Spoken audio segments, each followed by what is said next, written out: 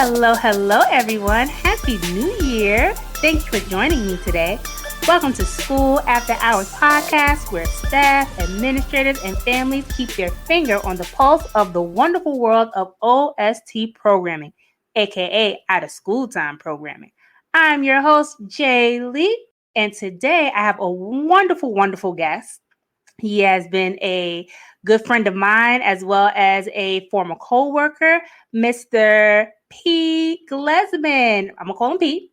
I thought he would be a great person to be in the chair today, sitting at the round table, because he has had various roles in education, but he's also had administrative roles in after school programming as well. So he could kind of give a perspective from both point of views, especially when it does come to leadership. And that's what we'll be talking about today. We're going to be talking about leadership beyond the role. As you know, just because someone has a title doesn't mean that they are the only leader or the leader. It goes beyond that. It's a type of personality. It's a ability to kind of group your team together, motivate them, push them to achieve the goal, but also support them in whatever that they need to do. So a leader comes in different shapes and forms outside of a title. And like I said, being that Pete has had various roles in education, it also dibble dabbled in after school programming. He can give those point of views.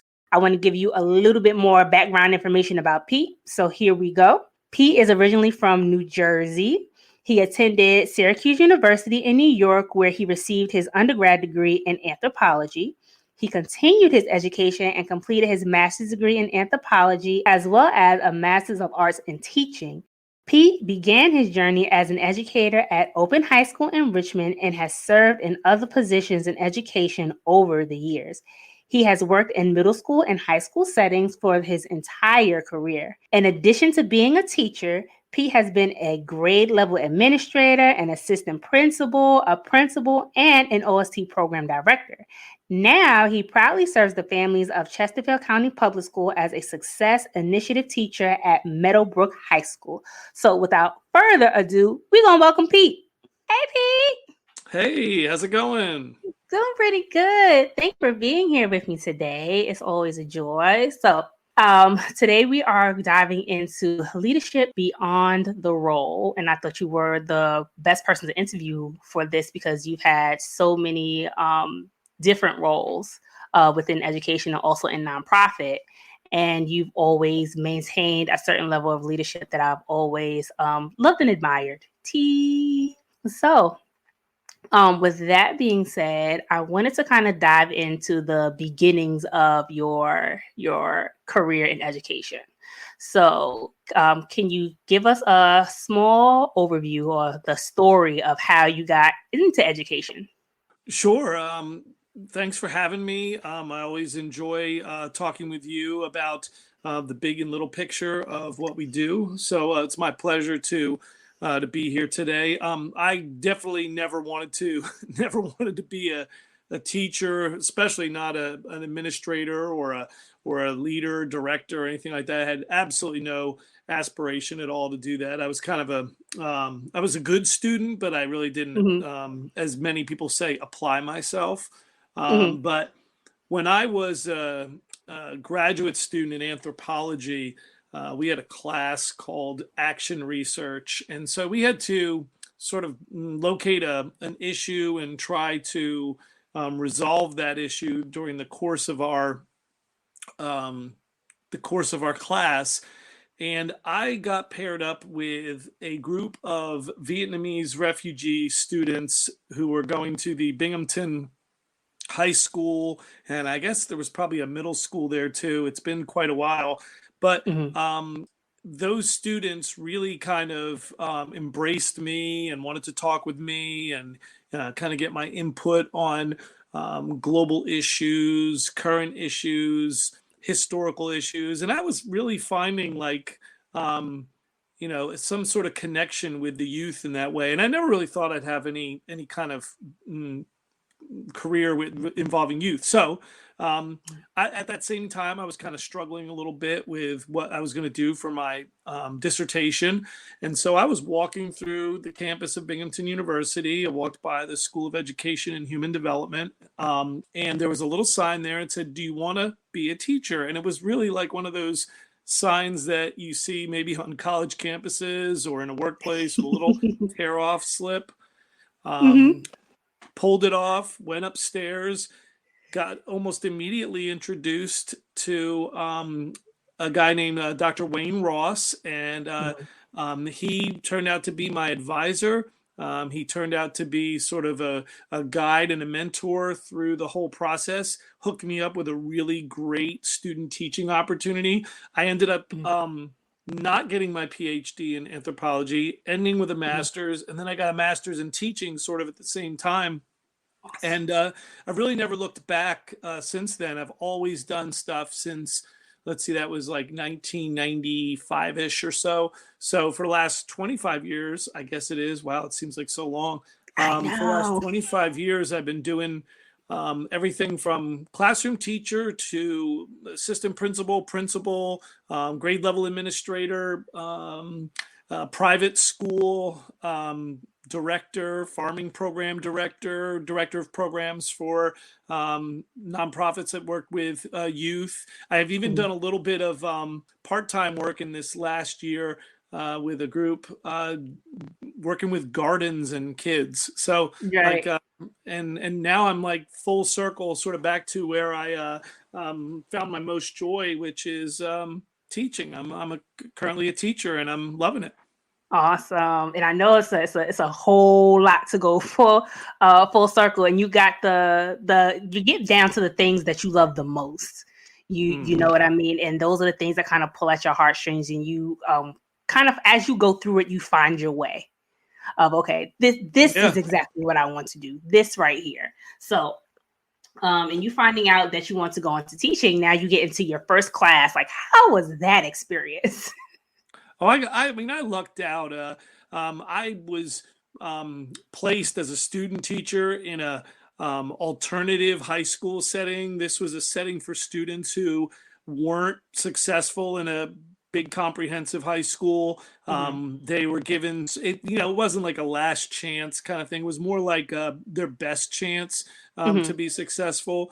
And then when I finished that, I knew that's kind of what the direction I wanted to go in. So I Right. started looking on the internet, and I found Open High School in Richmond on the web when the web was brand new. Called the school, talked to the principal immediately. Like, she's the one who picked up the phone. They had a job opening immediately. I applied, and my wife and I moved here to Richmond from Binghamton, New York in 1997, and kind of like jumped right into the open high school thing, which was very dynamic and cool. And, kids calling you by your first name, and Right. yes, very, very interesting and different, but very similar to what I was doing in my student teaching. So I felt right at home with that. Right. And Open High School is one of the most sought out high schools now to attend in the Richmond area. And it's always been that kind of space of innovation for education. So it's been a really big thing, and starting off in their beginning developments, and kind of see them grow and grow forward and push. How was being part of that experience for you, not just on a teacher level, but it also led you into going into principalship. Am I right? Yeah, I mean, when probably about a year into my career as a teacher, my mentor and first boss in education, Dr. Brenda Drew, she gave me, the little pull aside and says, "I think what you're doing might be really good for, a career in administration. You might want to consider that." I enrolled in a VCU program for leadership. Fast forward about, let's see, so that was probably in about I don't know, 99. And by 2012, so 13 years of working my way up and through, I ended Right. up getting to go back to Open High School and serve as the principal there for 3 years. And it was really, really interesting and rewarding, and definitely being a part of, like you said, an innovative program that kind of provide students some really unique opportunities. Hmm. That was good because opportunity has been the sort of focus of everything that I've done as an educator. Right. Now, spill the tea, Pete. What were you doing in the classroom that got this woman's attention? I don't know if it might have been beyond the classroom because Okay. I can remember we would have these very interesting faculty meetings. In a Hmm. big school, your faculty meeting is sometimes held in an auditorium, and your principal or assistant principal will Hmm. be at the podium, and then kind of directing, and there'll be something in the background, and there's not a whole lot of opportunity these for engaging conversation. But then these faculty meetings at Open High were like conversations, and I can remember one time in particular. Um, I was trying to figure out how we could um, utilize the narrative grading system that we had, which is a Hmm. whole different thing than Big we now. work with in education today, Uh-huh. much different than letter grades.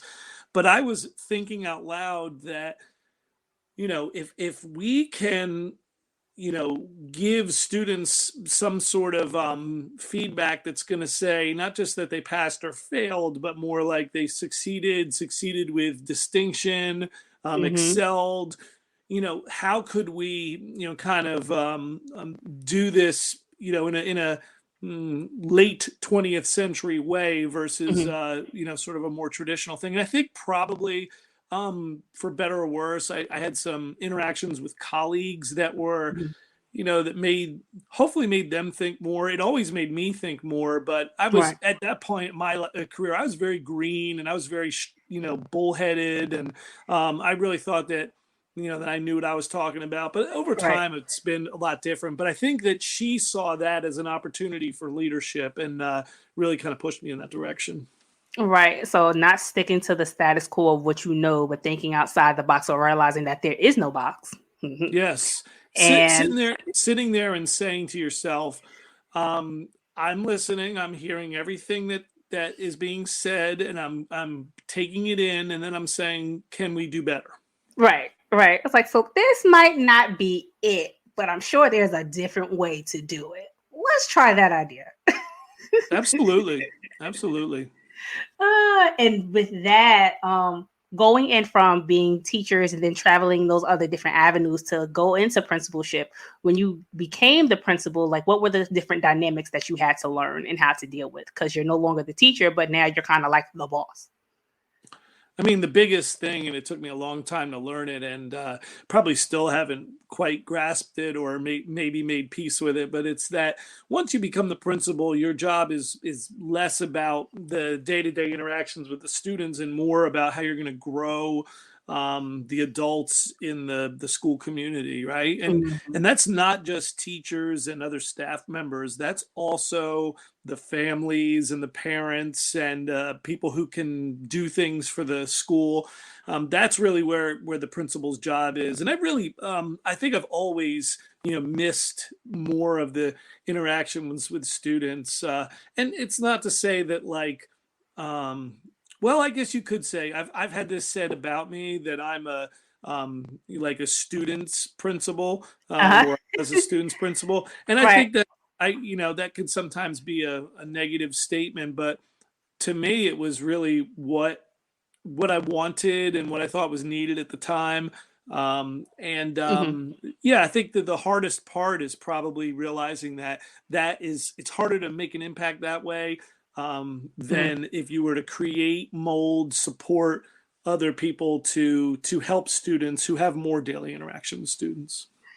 Right. But I feel like that is a important key component as well to know that the students can have that kind of relationship with you than you being that distant stranger.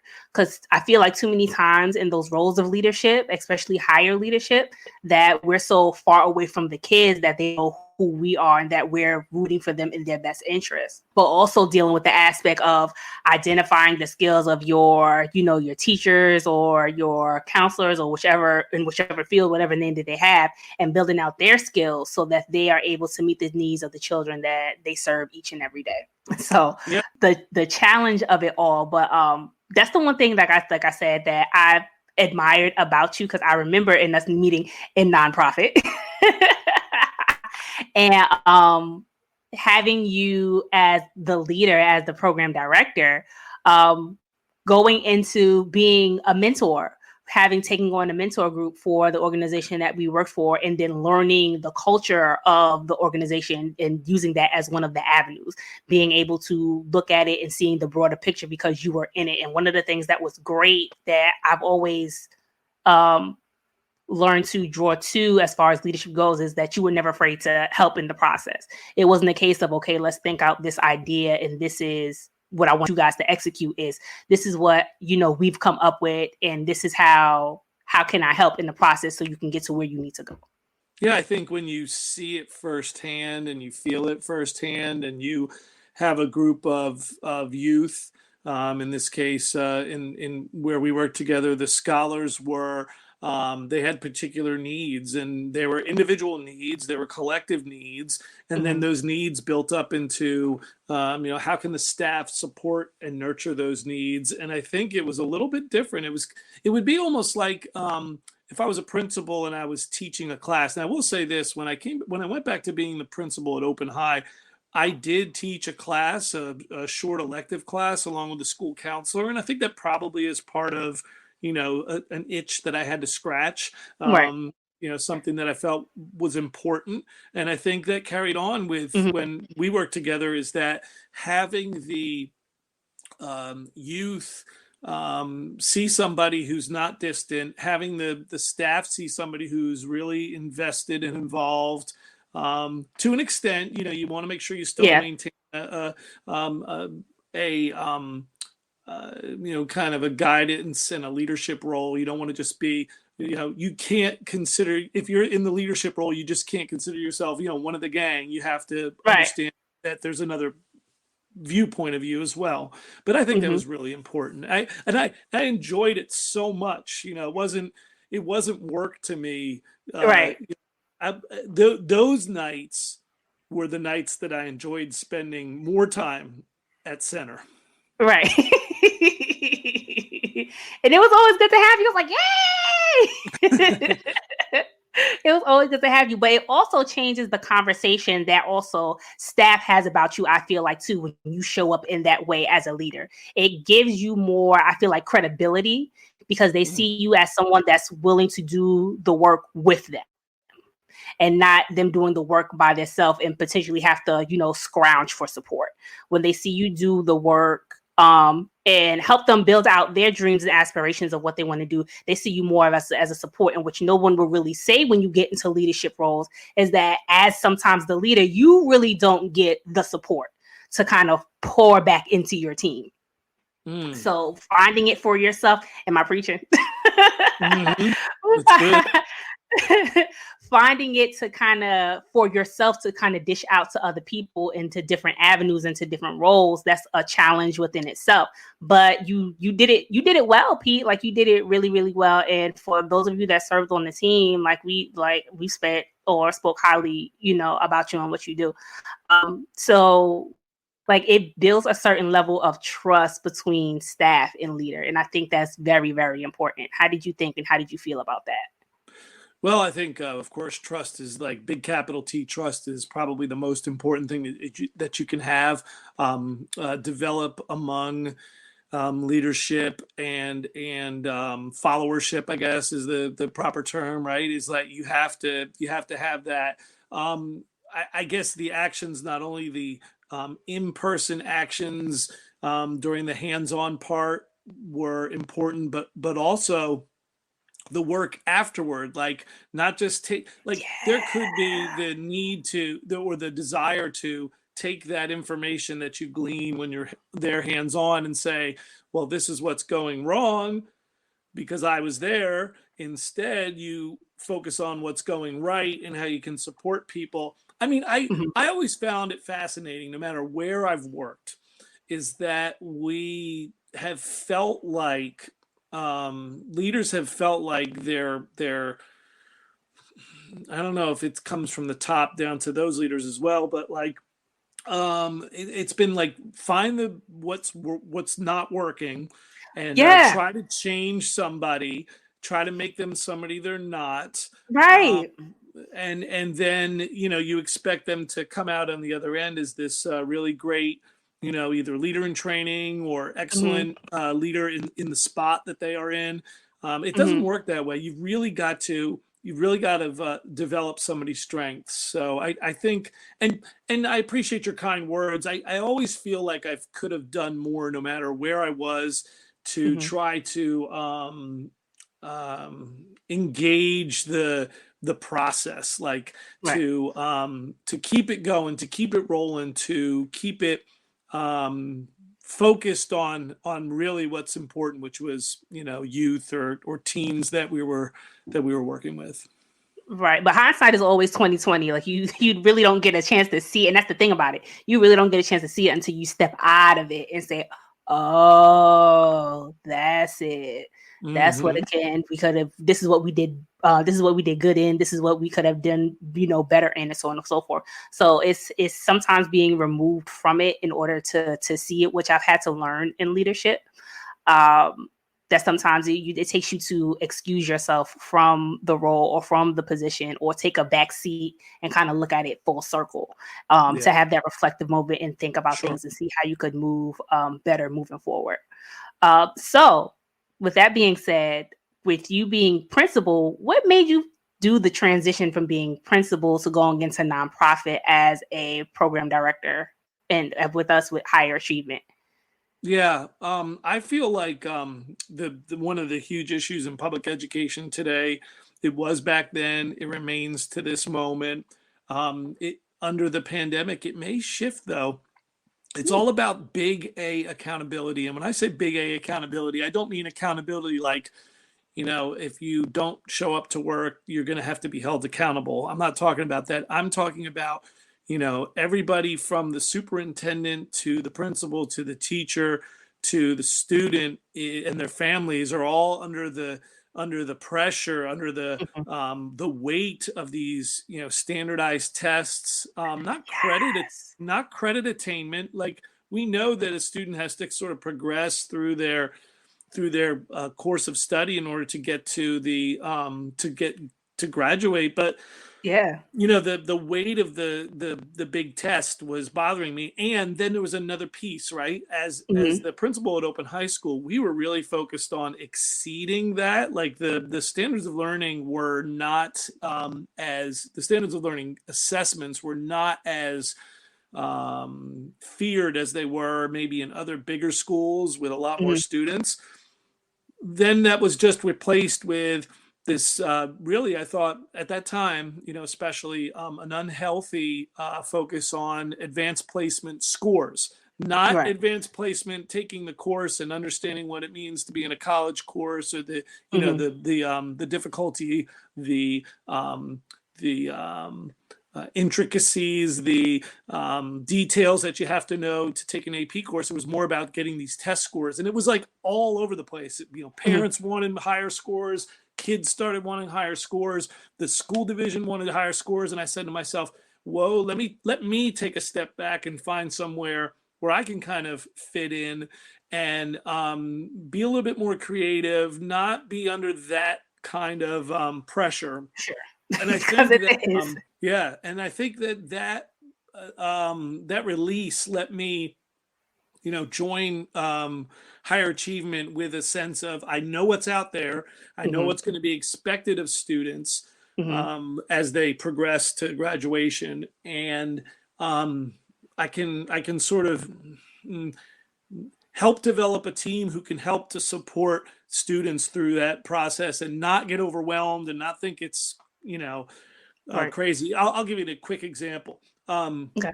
The advanced placement's great in terms of what the rigor and Mhm. how tough things can be in a college course. It gives students this great opportunity, and it's really important for students who typically don't get those opportunities. Black and brown students all the way through all school divisions Mhm. have not traditionally gotten those opportunities, so it's a great thing. Now, Right. you can also get a similar, not the same, but a similar experience through dual enrollment with a local community college, whether you're in Chesterfield with John Tyler, whether you're in Richmond with J. Sargent Reynolds. You can get those opportunities, and here's the ticket. The almost all of those classes that you take in dual enrollment will transfer to a Virginia college. Yes. And not the advanced placement. The advanced placement will not, unless you score on one of those big A accountability, high stakes tests, that will transfer over. So to me, here's what I saw. The conversation was very limited, very too narrowly focused, and we needed to kind of expand it because not only do we have to like say, for those students who didn't have an opportunity before, here's an opportunity. But for those students who haven't had an opportunity before, here are a lot of different opportunities, a lot of different ways to move forward and to get better and to get stronger and to prepare for the future. So to me, your original question was like, kind of how did I make that shift? I had this inner conflict. I felt like we could push students differently, challenge them differently, give them more opportunity, different opportunities through the nonprofit.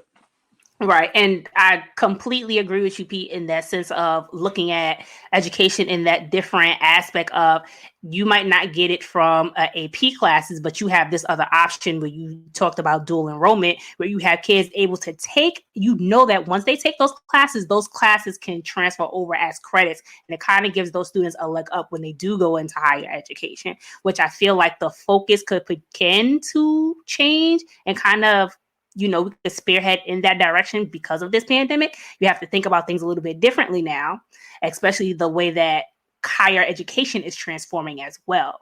So that's a whole different ballgame. Sure. Yeah, my daughter's in community college, and she takes lab-oriented classes, but the classes that aren't in those lab classes, they're all virtual. And the Virginia Community College system this year is all virtual. So my point is this. Are we preparing young people to meet those challenges of being able to take virtual classes and be successful in them? Or are we saying our main goal is for you to pass a test at the end of this course? Exactly. And what have you learned? Because just because you passed it doesn't mean that you get the information, you actually got it. Compared to you taking it and learning the information and giving you time to kind of cultivate those skills that you're trying to learn in that class is something completely different. It definitely has to have, those conversations definitely have to take on a different role within education if we're going to prepare these next generations to come up and kind of get ready for this virtual world that we're kind of, leaping into. Because at the end game, I remember taking classes at Virginia State when I was in Virginia State University. Shout out Trojans. At the end of the day, like that's kind of what we were gearing towards, as what our conversations were geared around, like classes becoming more virtual than being in class, physical touch, because it's a different type of learning, but that's where a good portion of things are going. And the last thing you want is for your students or for the next generations coming up is to be left behind. Because then what kind of not just workforce do you have, but also what kind of managers do you have? What kind of leaders do you have, especially if these things are occurring outside, but doesn't match what they're learning in school? Totally. The disconnect is huge if you don't, if you don't believe it. If you didn't believe it before, you believe it now when you see that students are in large numbers failing to engage, but really what it is that we as educators are failing to engage them. It's a different type of learning. It definitely is. So once you've got over to nonprofit education or nonprofit programming, was there a kind of a deep learning curve or a learning curve altogether, being that you've done this side of education and going into something completely different? I think the real challenge was to understand that there is on one level, there's like a dollar chase that you have to do. Like everybody's fighting for the same dollars. So you have to be unique in the way you approach things, and you have to produce, and you have to, your data has to be strong enough to show that your programming is working. Like we have a lot more chances, I think, in in the public education, high schools realm to, Mhm. year to year, it looks different. The accountability is different. I think for me, the learning curve in the nonprofit role and nonprofit leadership was just understanding how all those pieces work together, how there is so much competition for the dollars, and how a school division might think or might view the effectiveness of a nonprofit. The old "what have you done for me lately" mentality is very strong, I think, in the relationship among a school division and a nonprofit. So you got to be able to produce year after year after year, or Yes. you could be extinct. Losing some funds and some people at the same time. Yes, yes, It's a doggy dog out here. It's really, really tough. yes. It's tough. It's tough. Oh, it's really, really tough. I think the key is being adaptable to what's going on. So if now we have a virtual environment, those organizations, I'm sure those nonprofit organizations that are able to work within that, Mhm. work within it quickly, and Mhm. work within it the best are going Mhm. to be the ones that are going to last. The other ones are Right. going to be really struggling, and they might have to go dormant for a while. They might have to be extinct. They might have to rise from the ashes later on. Right. And that's something that I've seen just kind of watching different programs do, especially I had a conversation, an interview with the YMCA. One of the young ladies from Miss Rosa Patterson T. She worked with the Leaders Club, and she was basically saying how their model of what they used to do with summer programming is something that they had to switch to during the school year, but they partnered with the school and they started doing learning pods. So they're responsible for doing a certain type of learning and assisting during the day, and then kind of provide that after school kind of aspect of it when schooling is done, as well as with higher achievement. They took on a different model as well. So I'm seeing a different level of adaptation from certain programs, but others I kind of see fading out.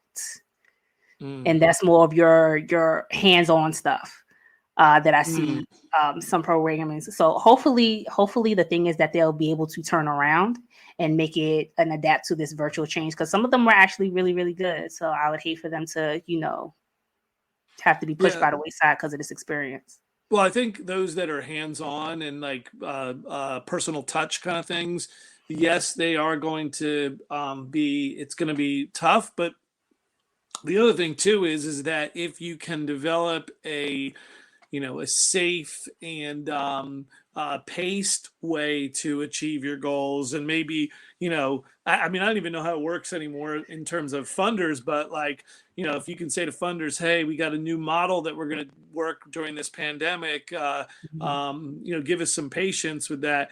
As long as we can produce at the end, I'm sure that there's a lot of creative people in nonprofit leadership that are going to come up with ways to make it work. Right. And I think giving and being in this experience has kind of pushed those that are in nonprofit to go about a different route and see the benefits of it. So what may have been a limitation before may actually a benefit now, being that some of them have the freedom to do so, trying to figure out this new environment. Yeah. So I'm looking to see, what kind of, not productivity, but what type of programming comes out of this experience and how it kind of will maybe push the envelope moving forward. Yeah. My next question for you, Pete, is being that you've had experience in education, but also in nonprofit, do you feel or did you see kind of a disconnect between, lower management and higher management as far as maybe expectations or organization goals go? Well, I mean, we all serve different types of bosses, right? Like Mhm. I can tell you that um I've always been attracted to situations where I can have some autonomy, where I can use some creativity, where I can feel free to make a mistake every once in a while. Mhm.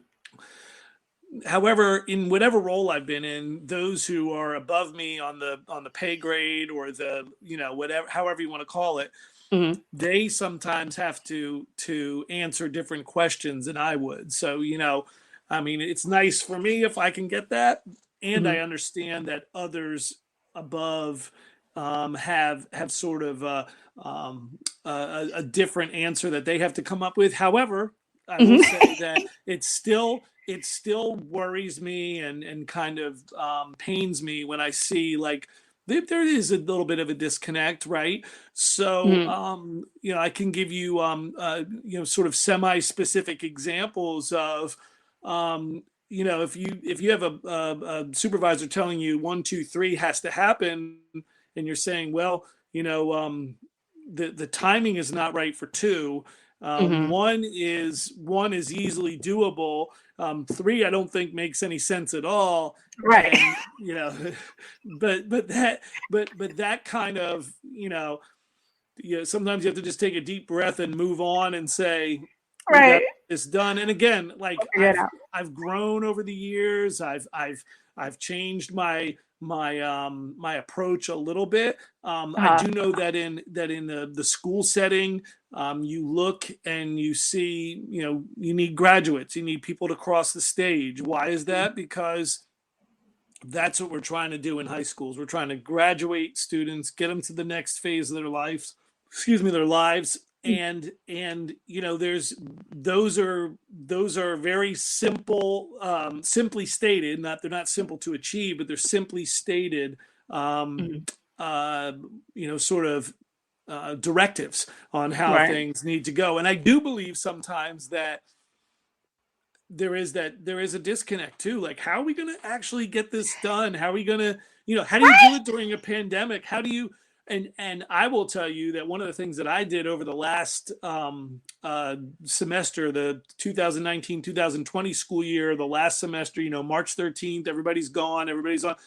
I spent much of my time like I won't call it micromanaging because I wasn't managing them, but I was like micro supervising Mhm. students to see, like, did you get this done? Did you check this box so that you Yeah. can move on and you can graduate and in some cases, get a D Right. and pass the class and just move on.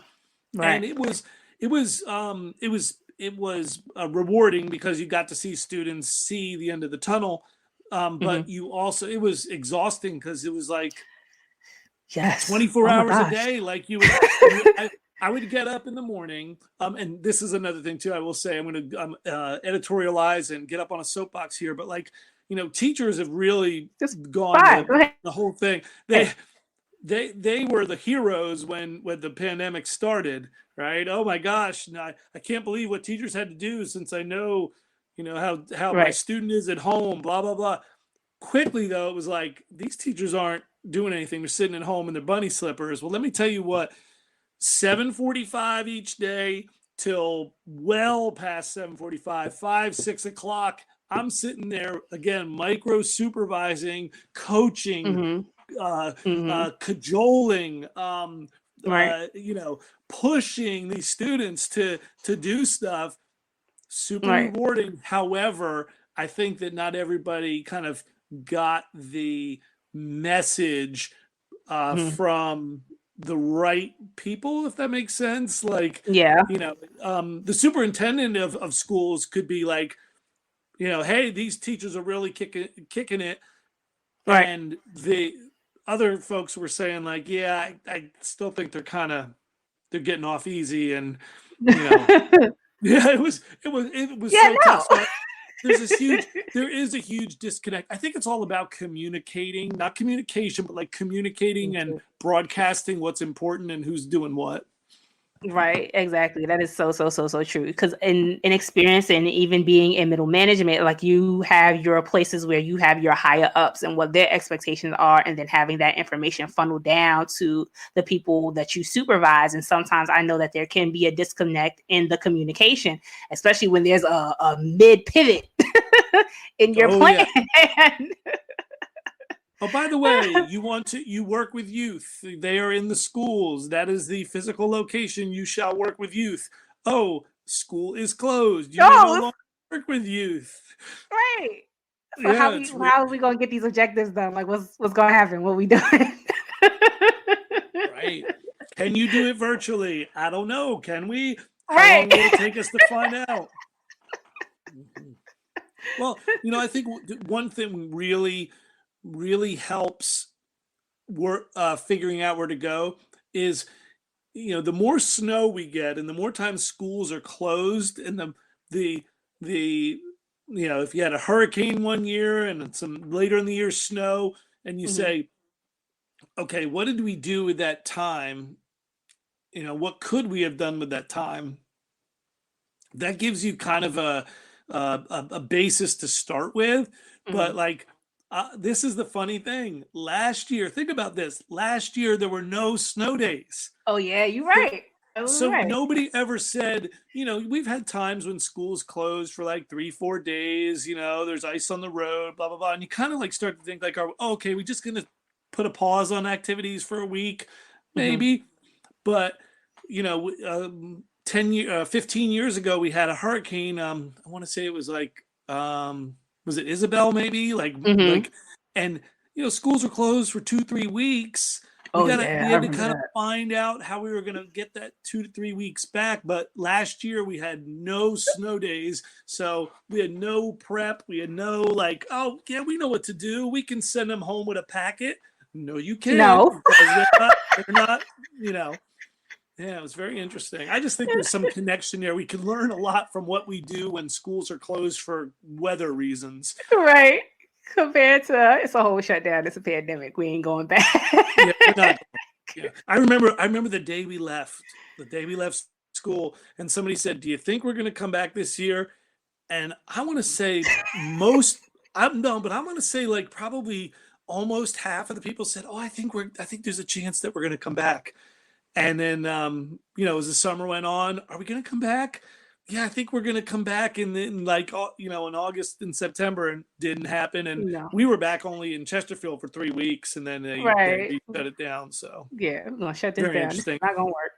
Anyway, little tangent there, but I love talking about that.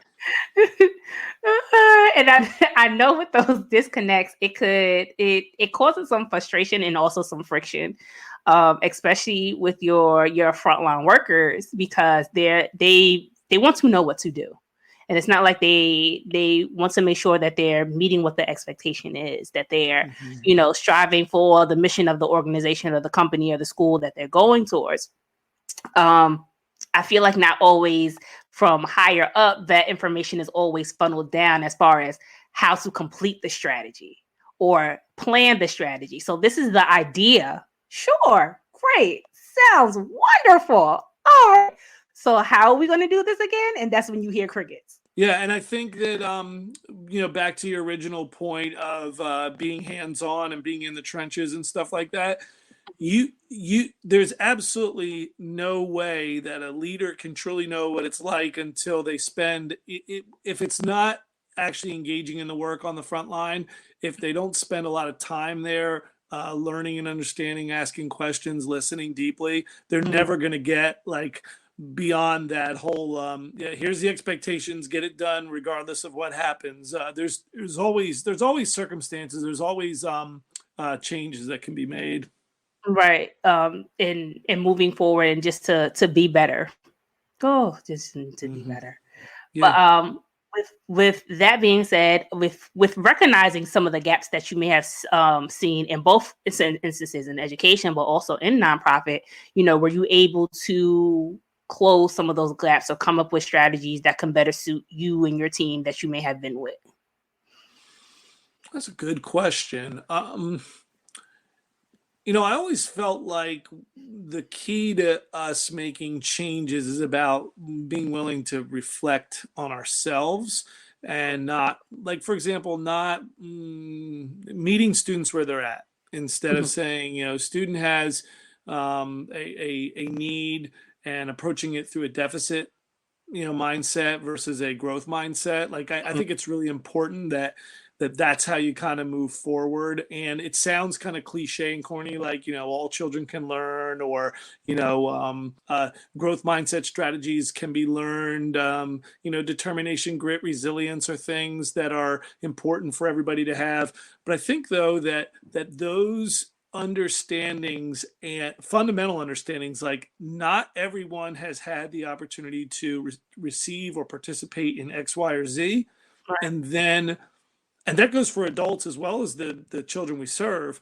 um, then you need to sort of reflect, develop a self-reflective tendency in everybody that you work with and for, that they can look in the mirror and say, what did I do today that I could have done better? Am I satisfied with how I approached this particular situation? If it's a teacher, you think about the individual lesson, but these days it's really even deeper than that. It's about, how do I engage with an individual student? Like if you have, 20, 30 kids in a class, and 25 of the 30 pass the big test at the end of the year. What did you do for the 5? How did you handle that? How did you support them? And then, of course, the leader has to say, how did you support the teachers to support the kids? But Exactly. you do have to develop, you have to be able to look in the mirror, really. You have to be able to reflect on your work. You have to plan, plan for change, plan for shifts, be willing to admit shortcomings. I've worked with plenty of people who say, they're just the best at what they do. That may be true for one particular moment or a series of moments. Uh, There's going to be a time that will try your soul, yes.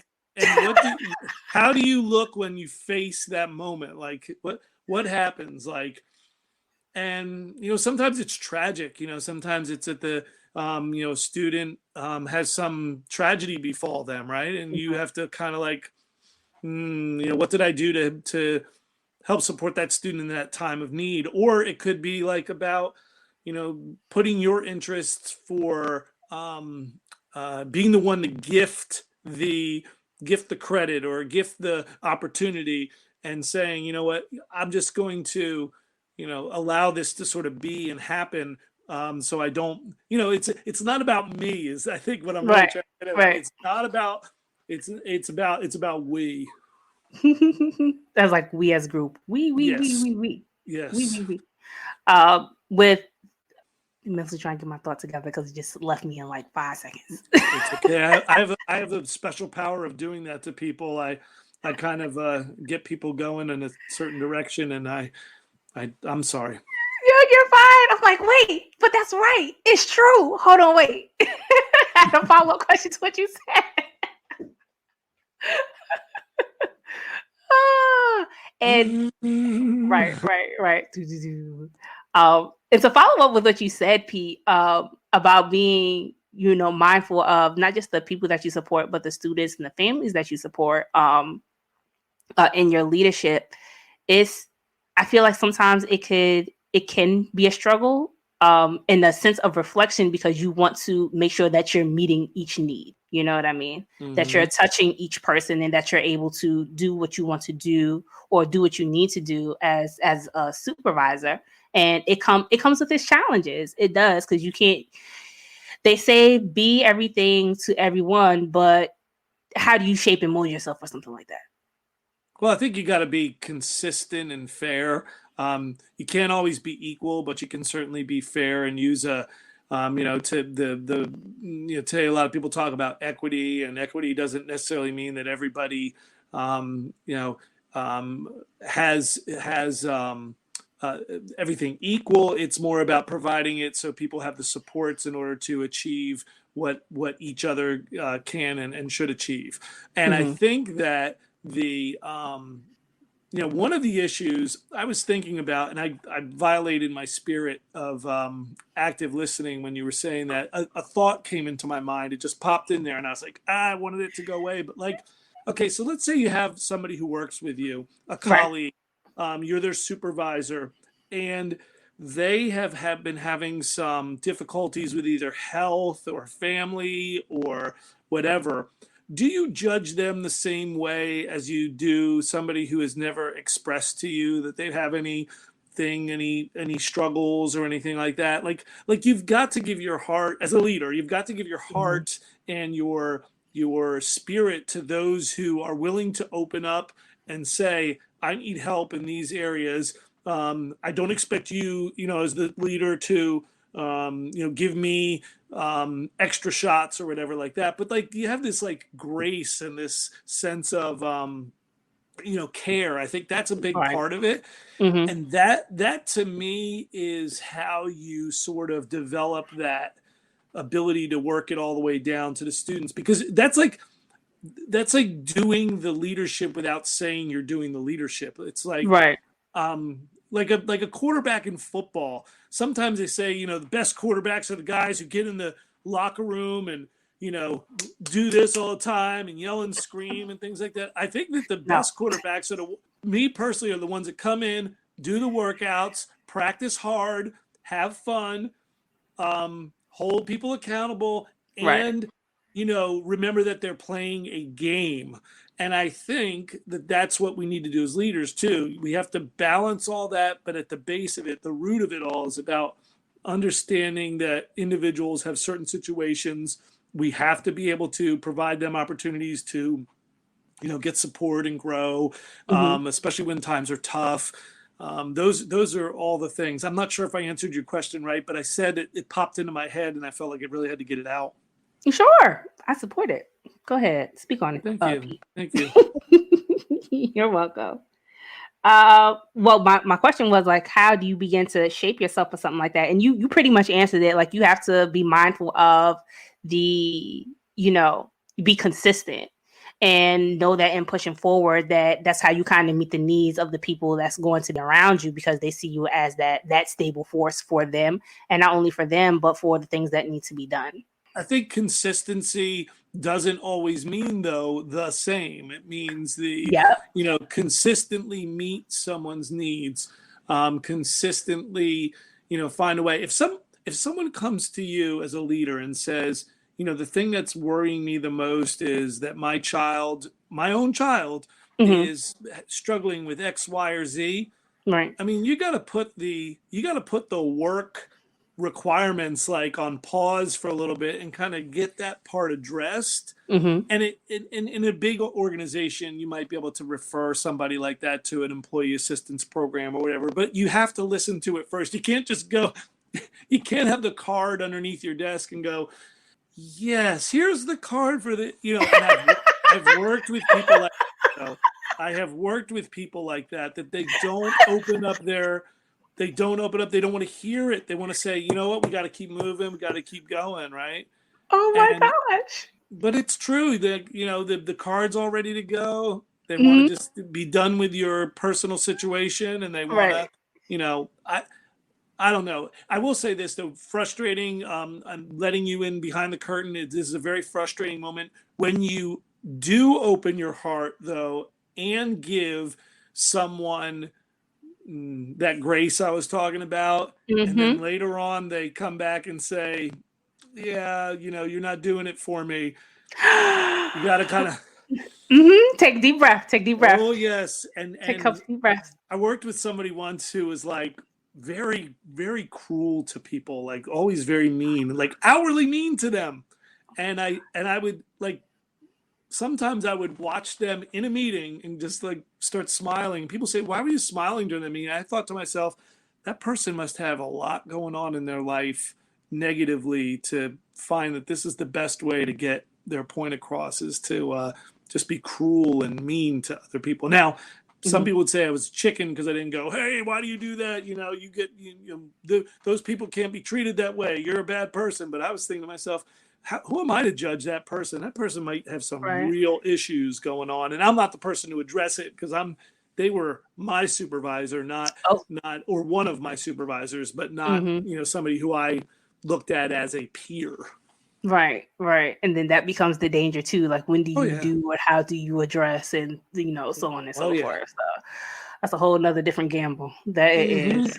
So coming full circle, Pete, coming from your education background into nonprofit background, back into education, into getting back to the classroom, which where your heart and desire is, Mm-hmm. Yes. as you Yes. guys expressed throughout the show.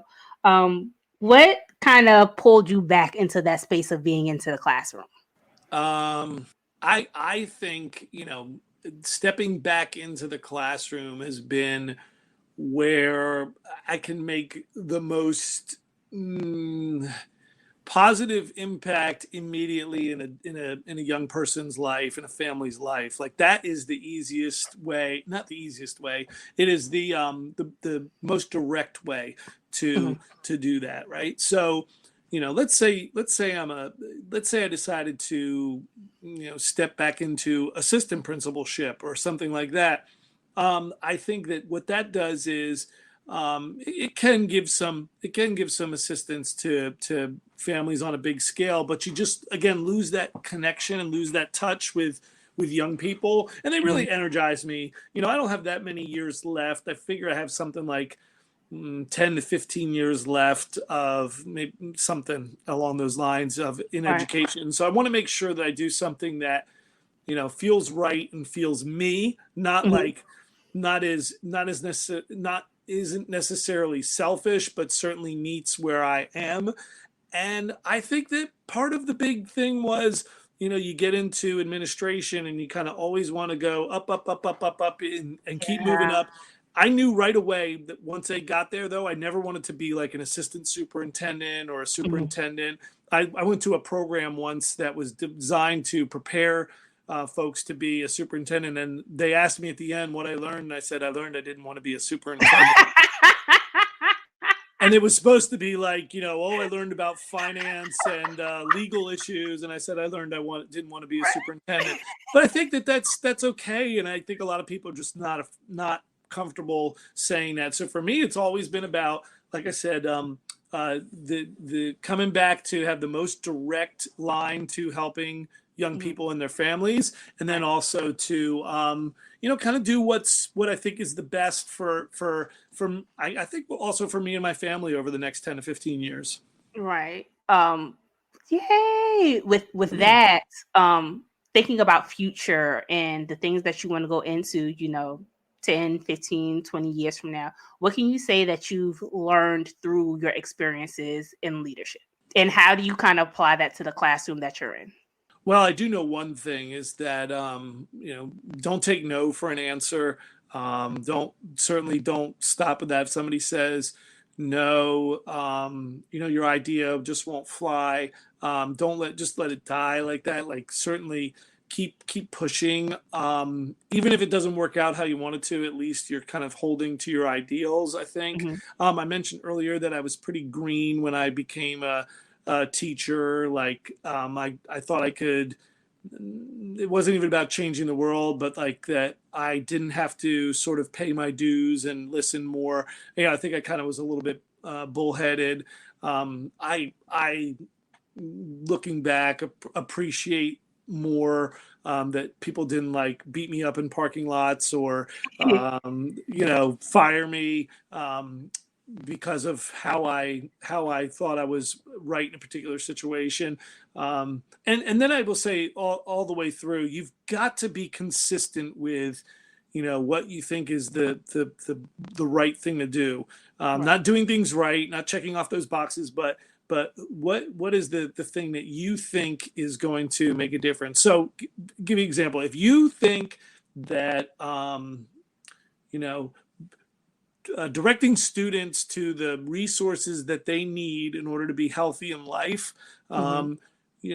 then you've got to maintain that. If you're a principal, you've got to strengthen your school counseling program, or you've got to engage with partners who can help them to be students to be healthy mentally and physically. If you Mhm. think it's really about the big test at the end, the grade, whatever it is, then you sort of got to do everything that you possibly can to make it fair for everybody.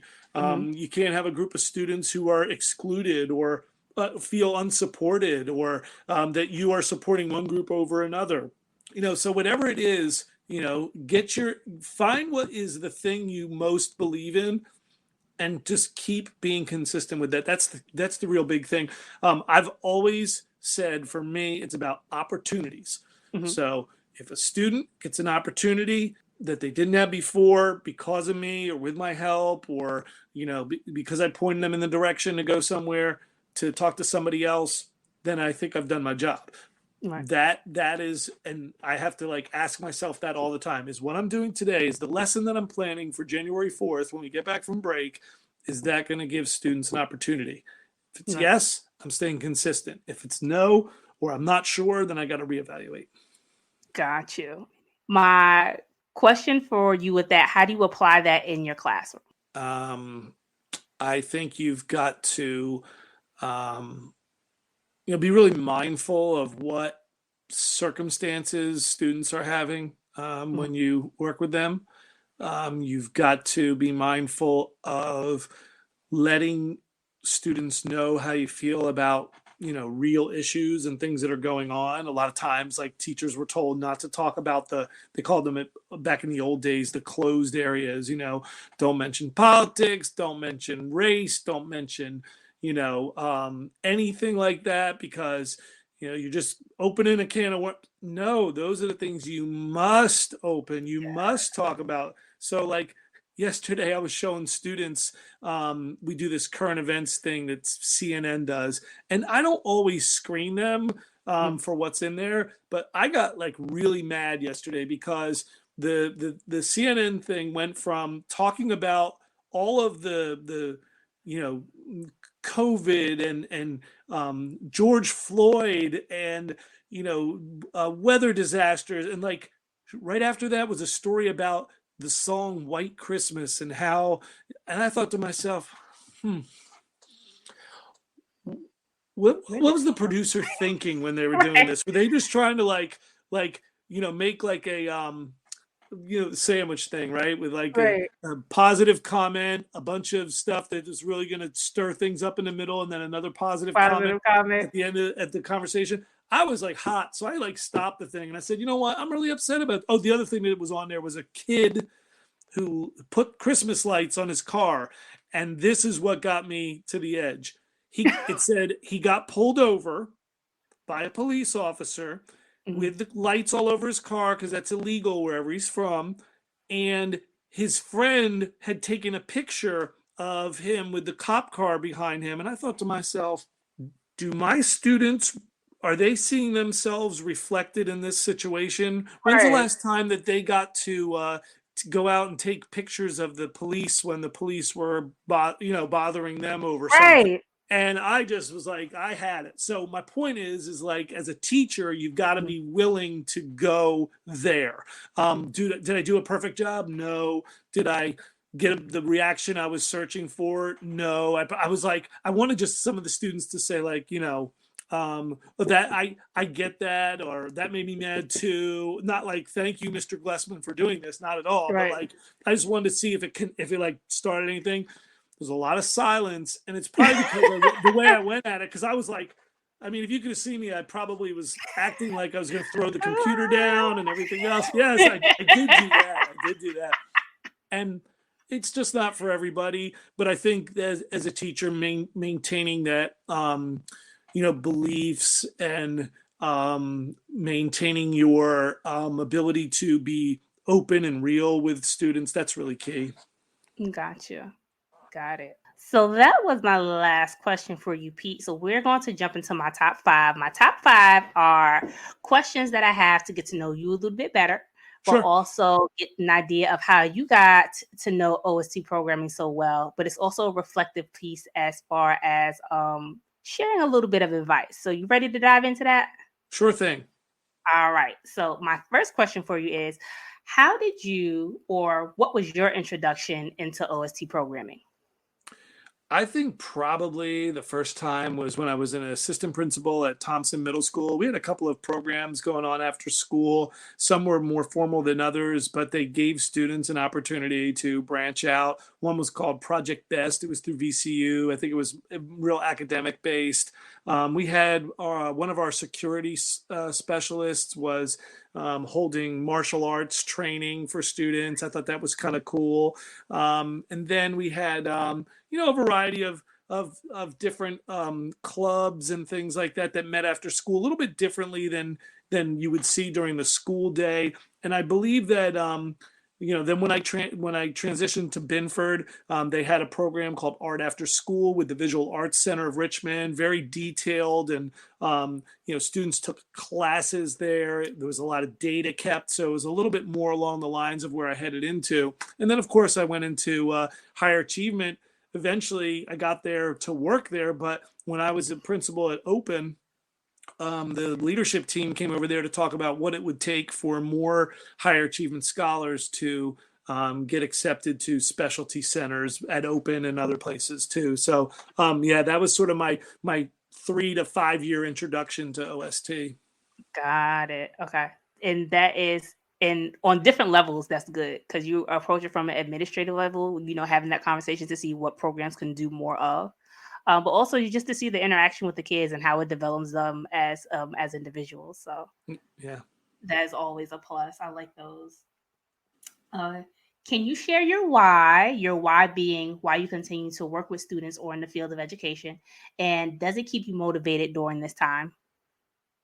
Yeah, I've pretty much been consistent all the way through. It's about opportunities, whether it's, opportunities for learning, opportunities for growth, opportunities to, try something new, whatever it is for students to get opportunities. And there are really there are shots to take in the virtual setting even to let students do that. I'm not always going to be the person who's going to be able to give them that opportunity, but I can Mhm. certainly direct them and point them in the direction to somebody else who may be able to give them that. So yeah, it powers me through all the time. If I have to stop and think ever, like, is this an opportunity for students? Or is it not? And if it's not really, then I have to kind of say like it's not part of my deal. Right. That's not what I do. That's not what I do. It's not what I do. Very true. Uh, what do you do for self care, Pete? Because I know, like I said before, like this is a very, very, demanding job, or mentally, physically, spiritually, emotionally. So, how do you kind of replenish yourself so you could kind of pour back into others? I mean, I do, stuff around the house that's like, pretty typical of a suburban white dude, walk, play in my yard, garden, stuff like that. But one of the things that I've always tried to do, well, always since I realized it was an issue, was to disconnect from the job. If there's a situation where the building's burning down, I'm not going to be able to jump in there and save it. Right. Don't call me for the building burning down. Call Let me know. 911. Yeah, exactly. Don't waste your time calling me. The second piece is, though, I will say this: the only time I really want to be informed about anything, whether I'm a teacher or a administrator in any kind of role, is if anybody who's in our school family or our program family has either been seriously injured or has had a death in the family. That's really important because it helps us to prepare and plan and get the resources together and kind of figure out where we're going. And I appreciate that, but I will tell you, I turn it off. I have some office hours after work sometimes, go to like 4-ish in the afternoon, maybe 5 sometimes, but I kind of close that computer. I'm in my workspace right now. My work computer is actually closed, and I won't probably open that. I told the students I won't open it that much, but I did do this. I did give them my Google Voice number so that if they have issues, and I said it could be just, hey, let me know that you have a message for me in the computer to look at. But if you or your family need something, that's cool. But again, students don't usually take you up on that unless they really need it. So I feel like Yeah. I've been able to kind of make that good dividing line. Right. I too am still learning because I have cases where I could go days and days and days, but my significant other has to tell me, go ahead and put it down. Nobody's dying. It's not an emergency. It's perfectly fine. You can get to it tomorrow. It can wait. It can wait. It can wait. And me being me, I'm like, but it can't. Yes, it can. It can wait. I don't know what you're talking about because it's been so long since I've said it can't wait. It can wait. It can wait. Wait. That is true. It can wait. Um, if you could be any character from a movie or a show, or let's throw even a book, let's throw that in there. Who would it be and why?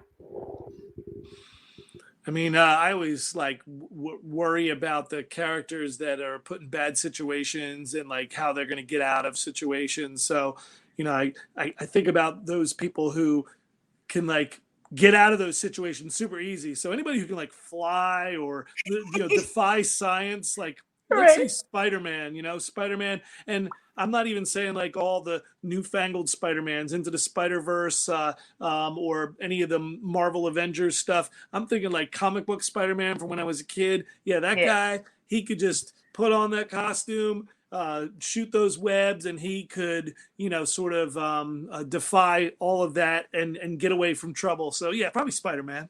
Spider-Man is the man.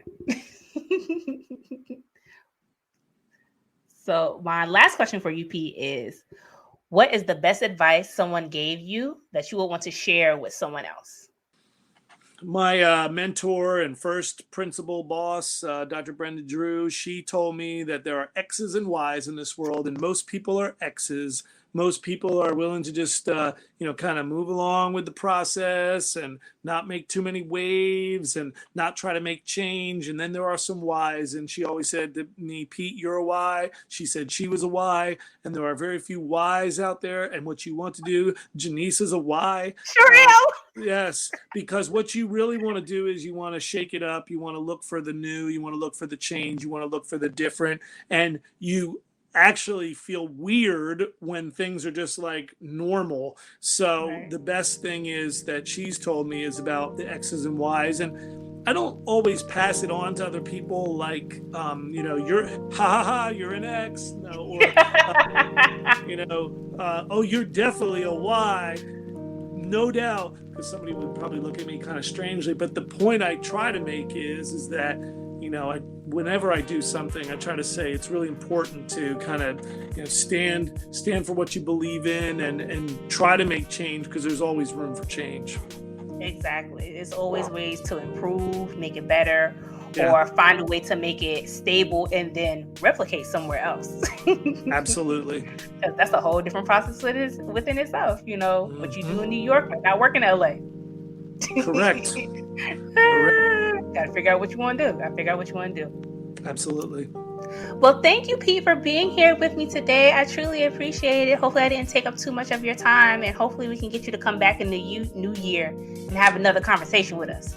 Oh, it's been my pleasure. I always love to spend time talking with other people, especially people like you who have, youth in their heart, and their work and their mind and their soul. Always trying to figure out a way to make it good for them and make a bright future. So thank you so much. My absolute pleasure, and I would love to come back again. We would love to have you on the show again, Pete. Join us next week for our bonus episode as we dive a little bit deeper into leadership. If you like what you heard today, go ahead to Podchaser and leave us a 5-star review. Also, give us some feedback. I'd love to hear your thoughts about the show, as well as give us some ideas of some of the things that we can improve on as well. Love to hear from you. We can also be found on Spotify and Podcast Addict. Go ahead and share that with your friends, your family, your inner circle, so they know what we're doing and how we are sharing the information about out-of-school time programming, aka after-school programming. Well, that's all I have for you all today. I look forward to talking with you again next week for our bonus episode. Until then, bye-bye.